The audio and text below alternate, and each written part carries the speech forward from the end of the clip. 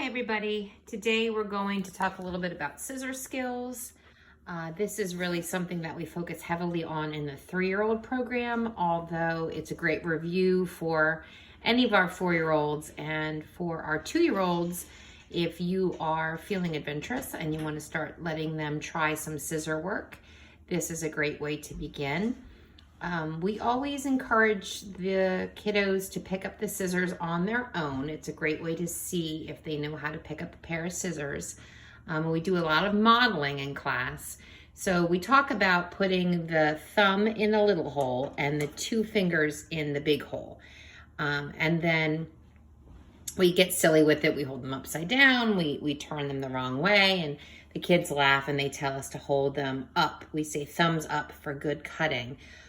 So that is the language we use when we talk about holding our scissors. We talk about shaking hands with our scissors. We talk about thumbs up for good cutting, thumb in the little hole, 2 fingers in the big hole. So that is sort of the language that we would use when we talk about picking up our scissors. When it comes to using our scissors, some of the words that we use are big alligator chomps. Little ones have a tendency to open their scissors a little bit like this. We want to encourage really big alligator chomps. We tell them that the alligator's hungry and he really needs to eat. Another great terminology that we use is snip and slide. So you're gonna snip the scissors down and then push them forward as you're following a line. So that's the next thing I wanna get to is following a line.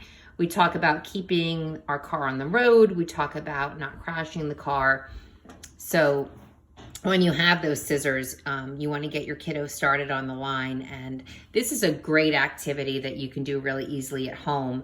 It's something we practice a lot in the 3-year-old room.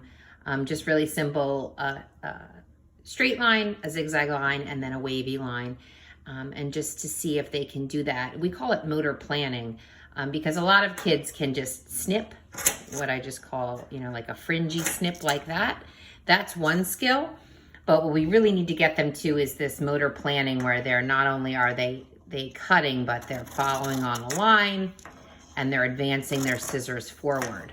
And focus on showing them how to hold the paper with the hand they don't cut with and using the scissors with the hand that they do cut with. It's still really common at this age to switch hands, so don't get nervous if you see them trading between left and right, depending on the day they choose to cut.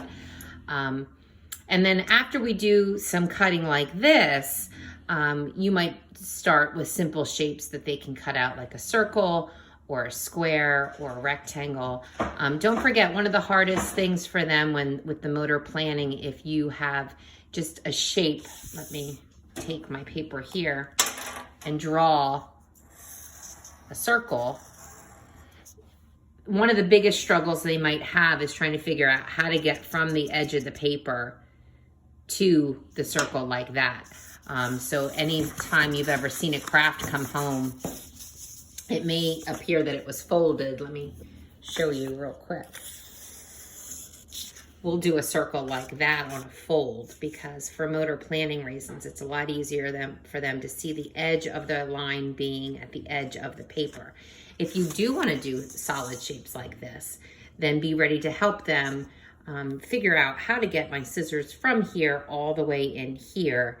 And then obviously they have to learn how to turn their paper the right way to stay on that line. So these are just some of the words that you might hear us use in the classroom as far as our scissor skills.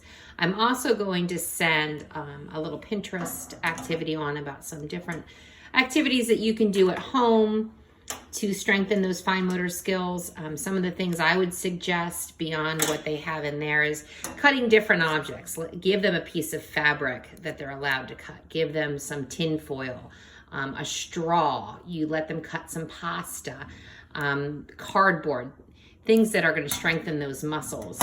And along with the Pinterest ideas that I'm going to be sending attached with this video, there are some ways that you can practice some fine motor activities at home.